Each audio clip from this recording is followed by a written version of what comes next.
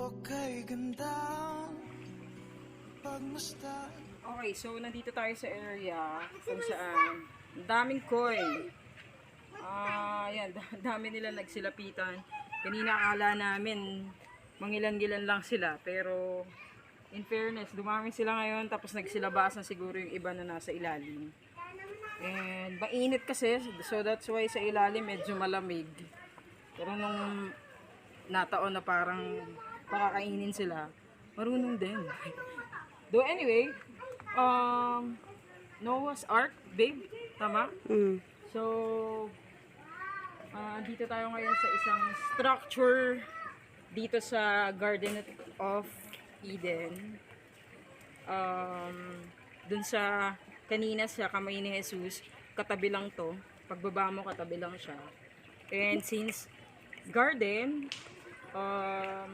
di kasi dito yung magaganda talaga na mga halaman, mga puno, and ito meron silang bridge dito na may mga koi.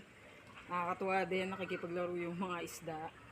And ito nga, meron silang Noah's Ark. So, isa sa mga pinaniniwalaan natin ng mga Katoliko, 'di ba? Biblical theory is isa to sa nabanggit, 'di ba? Yung Noah's Ark kung saan ayun, ito yung mismong nagdire-diretso ng life nating lahat. So, solemn din yung place na to.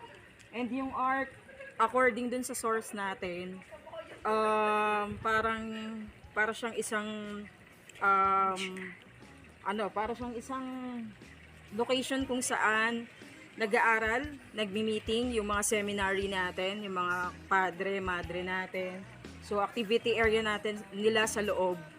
Kaya bawal ang tourist doon, bawal yung mga tao doon.